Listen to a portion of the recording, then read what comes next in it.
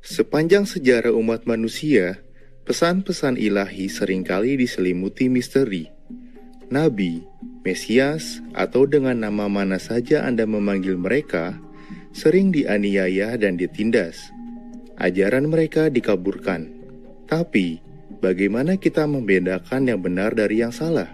Untuk lakukan itu, seseorang hanya bisa mengandalkan bimbingan ilahi, dan kebenaran menunjukkan diri pada mereka yang sungguh mencari.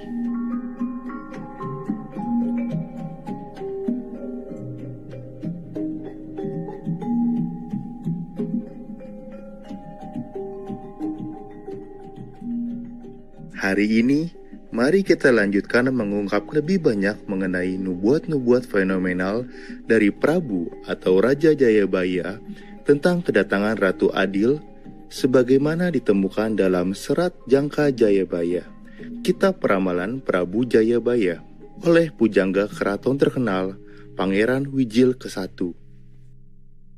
Sadurunge teka ana tetenger lintang kemukus, dawa ngaluk-aluk, tumonjo ana kidul sisih wetan bener. Lawase 7 bengi, para esuk banter, ilange katut Bathara Surya. Jumedul bebarengan karo sing wis mungkur. Priyatine kawula kelantur-lantur. Iku tandane putra Bathara Indra wus katampa lagi tumeka ing Ngarcapada ambiyantu wong Jawa. Kutipan ramalan ini memberitahu suatu tanda supernatural dari komet yang menandai waktu datangnya putra Betara Indra, yang berarti putra Tuhan, untuk membantu bangsa Jawa yang sedang menderita dalam waktu yang lama. Sebagaimana disebut sebelumnya, kata Jawa berasal dari kata jiwa atau roh, sehingga membantu bangsa Jawa di sini bisa berarti membantu banyak jiwa-jiwa di seluruh dunia.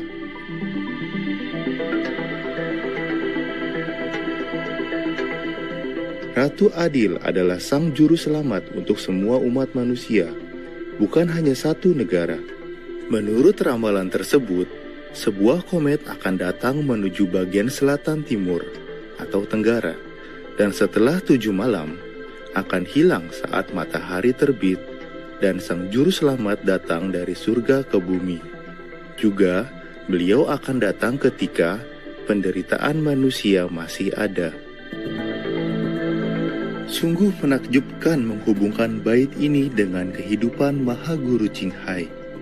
Beliau, tubuhnya terlahir di wilayah selatan timur, tenggara dari dunia ini, di Aulak atau Vietnam, pada saat penderitaan manusia yang berlarut-larut pada tahun 1950. Dunia masih terguncang setelah terjadinya perang paling mematikan dalam sejarah.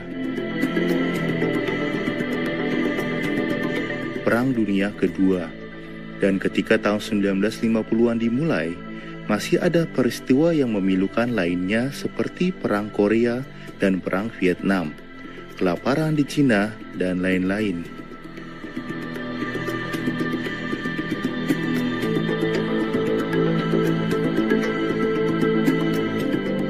Mendekati saat-saat tubuh fisik guru terlahir, orang tuanya menyaksikan sebuah tanda supernatural, terangnya cahaya surgawi. The reason my parents saw the light, the whole house was bright in the second night because I only came then. I didn't come when the baby came out. I wasn't in my mother's womb. You understand me? That's why they didn't see the light when the body was born, because I wasn't there. I came when everything's all clean and ready and settled down already, and when the angels already make the road clear and everything, and the body is already clean, and a little bit away from the mother's energy, and then I came down. Guru tidak terlahir melalui proses normal kelahiran. Beliau pernah mengatakan bahwa rohnya yang maha tinggi telah terhubung dengan tubuh yang baru terlahir dari orang tuanya pada tahun 1950. Dan menunjuk satu orang suci level kelima menjaga dan memurnikan tubuh tersebut hingga guru memasukinya ketika gadis itu berumur 2 tahun. Kalau begitu, mungkinkah komet tersebut melambangkan orang suci tingkat kelima yang datang terlebih dahulu, kemudian pergi setelah guru? Matahari muncul. Dunungane ana sikile redi lawu sisih wetan. Wetane Bengawan Banyu. Adedukuh pindha Gatotkaca. Arupa Gupandara Tunda 3.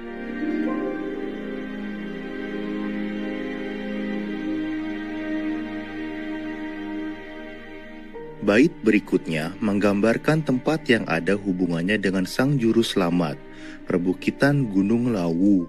Secara harafiah, Gunung Lawu adalah gunung keramat orang Jawa, di mana banyak orang Jawa pergi bermeditasi dan berusaha mencapai moksa, bermakna pembebasan spiritual atau pencerahan.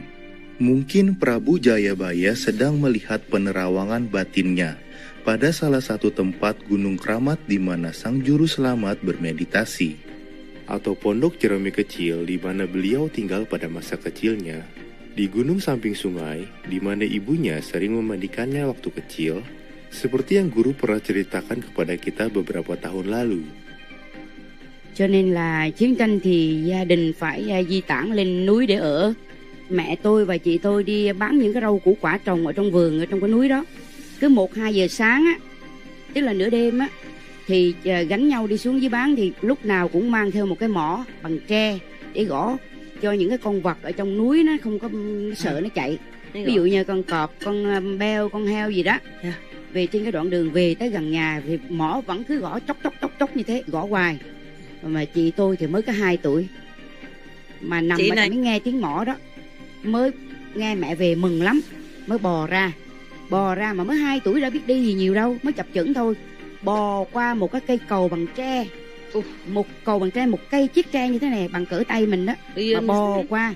Vì trước nhà tôi có một cái con suối nhỏ, xong cái con suối. Thì cha tôi ở trong nhà không biết hết, chừng chạy ra tìm thì không thấy con đâu hết, thì mới giật mình, thì mẹ tôi mới la: ô, nó đây rồi, nó ra tới đây rồi ông ơi. Vì sau là ai nghe cũng nổi da gà hết, không biết tại sao mà nó bò qua được cái cầu đó. Bait tersebut kemudian mengatakan bahwa tempat sang guru seperti rumah Raden Gatotkaca.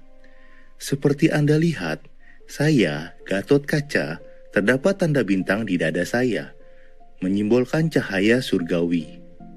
Dan sayap saya adalah untuk terbang mendekati surga. Jadi, nubuat tersebut bermakna bahwa tempat sang guru adalah di mana cahaya surgawi menyinari semua.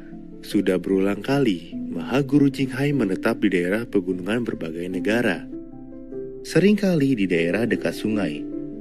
Dan tentu saja, tempat-tempat seperti itu akan memancarkan cahaya suci yang cemerlang dari kehadirannya, terutama ketika dia akan melakukan retret meditasi di sana. Tempat-tempat itu juga merupakan lokasi yang guru pilih untuk energi spiritual yang bagus. Itu merupakan tempat-tempat dengan cahaya portal outlet surgawi. Juga, kita diberitahu bahwa tempat Sang Juru Selamat adalah seperti rumah susun segitiga burung dara. Tempat tinggal beberapa guru di daerah pergunungan atau tempat terpencil lainnya berbentuk pondok atau rumah kecil dengan atap susun segitiga. Selain itu, guru terkadang tinggal di tenda plastik kecil yang juga mempunyai bentuk segitiga yang mirip.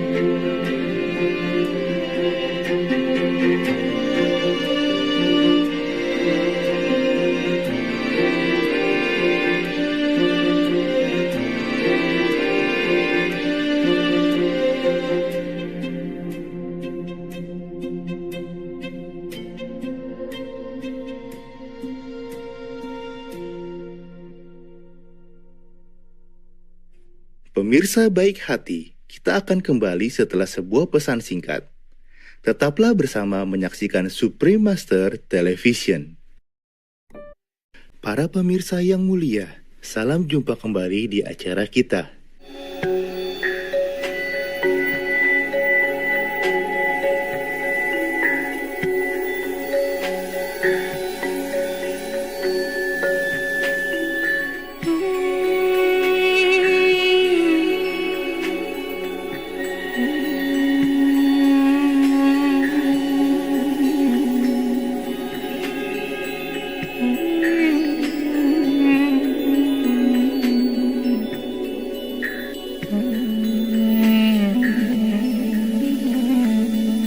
Mari kita lanjutkan membacakan ramalan-ramalan Prabu Jayabaya tentang Sang Juru Selamat dunia yang akan datang, menurut kitab Serat Jangka Jayabaya.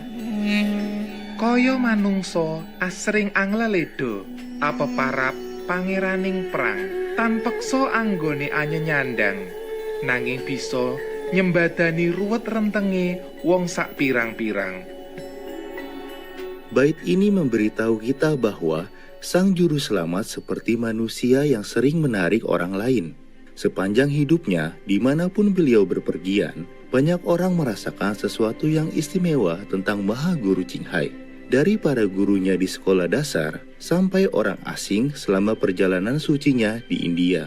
Dan tentu saja, setelah beliau menjadi guru spiritual, tak terhitung banyak orang dari segala lapisan masyarakat telah terpikat akan kehadirannya yang bersinar.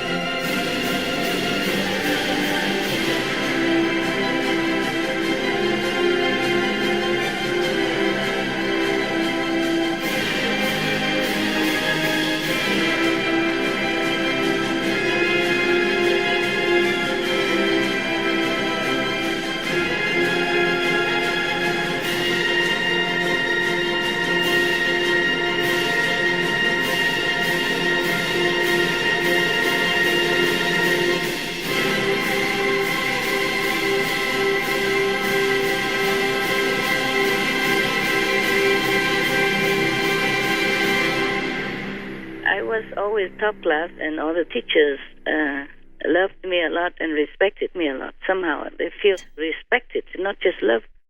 顺便介绍，这是我的老师啊。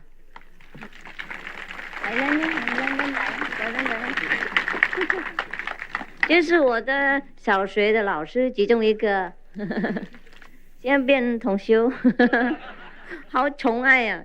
他其中一个，全校都这样。谢谢。 Tôi vừa dạy lớp nhất, vừa là hiệu trưởng cho nên không có giờ. Và chính nhờ sư phụ coi lớp cho tôi khi tôi vắng mặt. Sư phụ giỏi cả giỏi cả liệt văn, lặng toán, là đứng nhất lớp. Cái người thứ gì phải cách nhau tới mấy phép rồi. Tất cả mọi khả năng sư phụ có bây giờ thì ngày đó tôi đã thấy rồi. Tức là sư phụ giỏi về ngâm thơ, giỏi về hát, giỏi về đời. Tất cả đây là coi như mọi môn, không có môn gì không giỏi, kể cả môn vẽ cũng giỏi luôn. Và cuối niên học 1962-63, sư phụ được bầu làm sư phụ được 2 phần thưởng, một phần thưởng đứng nhất của lớp nhất và phần thưởng đứng nhất toàn trường. Sư phụ rất giỏi. Tuy sư phụ nhỏ tuổi nhưng mà có việc gì trong lớp thì sư phụ đến bàn của tôi và nói chuyện như người lớn chứ không nói chuyện của.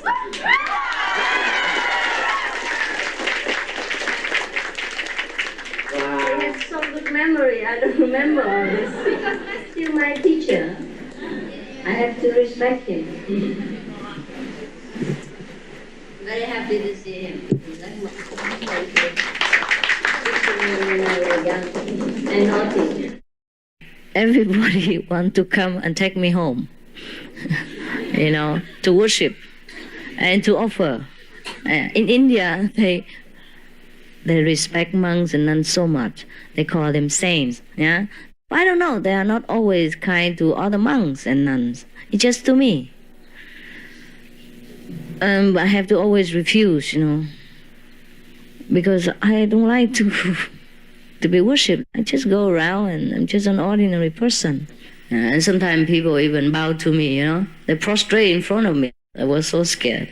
Those with long beard and big turban, about 70 years old, it was fit enough to be my grandmaster.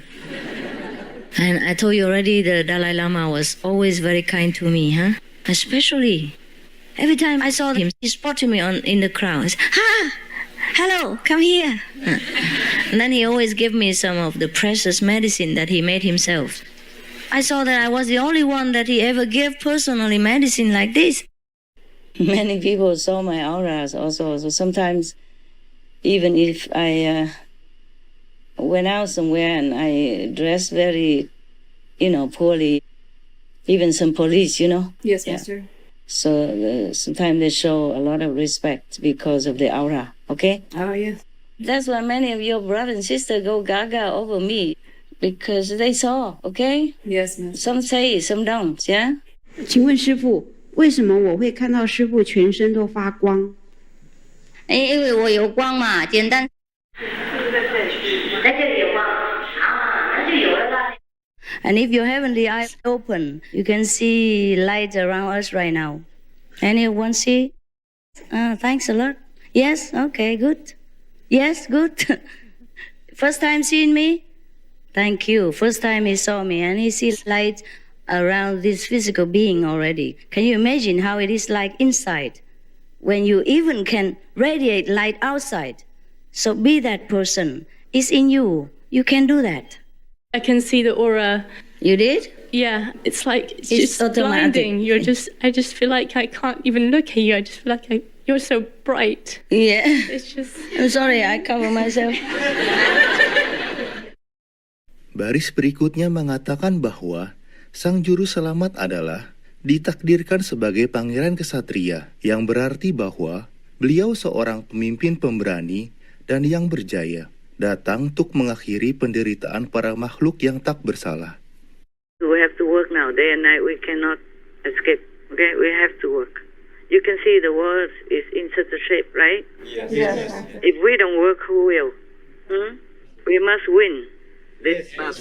Yeah, we don't let the Maya win anymore, even indirectly through brainwashing the humans or some of their leftover weakling subordinates. Got that? Yes. We have to win. We have to do it. We have to rescue all suffering animals so that we don't cry anymore.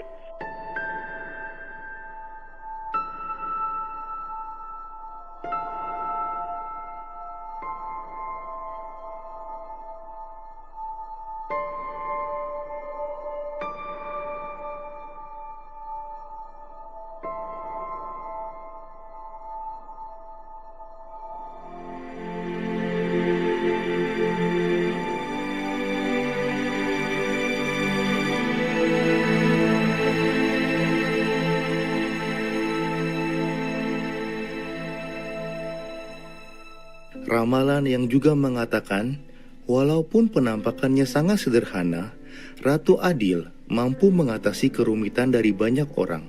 Sungguh, Mahaguru Ching Hai tampak sebagai seorang manusia biasa, tetapi beliau sejatinya adalah Yang Maha Kuasa, Tim Kuotu, yang terus mengatasi kesulitan yang muncul dari alam manusia, secara kasat mata maupun tidak, sebagai suatu pengorbanan yang paling welas asih demi membersihkan karma-karma buruk. Pada waktu kedatangan master itu, tinggal di rumah saya. Tidak lama kemudian polisi itu bertubi-tubi datang mengunjungi kita, tanya ini, tanya itu. Nah, dan dipanggil segalanya itu. Keluarga saya itu teristimewa istri saya, merasa sangat tertekan, agak gelisah, ada apa ini? Tapi setelah saya selesai dari polisi, setelah saya selesai pulang dari polisi, saya kasih tahu sama istri saya, masalah polisi sudah selesai, sudah saya hadapin. Iya, tadi malam saya juga mimpi, Master turun dari atas, turun ke bawah, dia kasih tahu saya, kamu jangan khawatir, saya akan selesaikan. Kenyataannya ya memang begitulah. Oh, jalan lancar, nggak ada apa. Not just police, bad people. They come and burn my garden, try to film me out. Some people come and break in the house. Sometimes I go out, I have to hide in the trunk to come here to see you, because there's only one road to go down. No, I'm not joking. There was a guy who drove me before, he knows it. Itu adalah seorang saudara atau murid dari Finlandia bernama Jus, yang saat ini masih hidup. And sometimes they even follow us. One time we're going out, and then there was a car opposite, and as soon as they saw, immediately you turn, like that, and follow. I said, let him go, and then turn to the other direction, even though it's not our way. It's like action movies. And sometimes even journalists or whoever, bad or good people, I don't know, go into and pretend to cut something and just camping out on the tree, next to my house and looking around. But it was scary. Sometimes they stay the whole night in front of my house. And then the assistant tell me, I say, hey, why don't you go out and give them a tent and a sleeping bag and tell them this is more comfortable this way.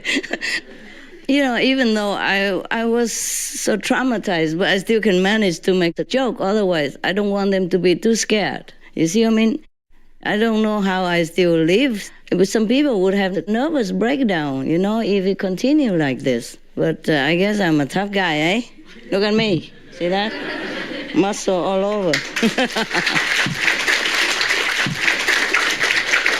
So even nowadays, we're supposed to have democracy and religious freedom and everything. I don't know. I'm still running like Jesus' time, or Prophet Muhammad's time. Peace be upon him. Yes. Sometimes I couldn't run fast enough, and that is why they caught me. In the house or in other areas. Yeah. Sometimes you can't just always avoid, even if you know. If the karma is too heavy, the price has to be paid. I just have to take care of myself. It's difficult, but I'm trying my best. For you, for the world.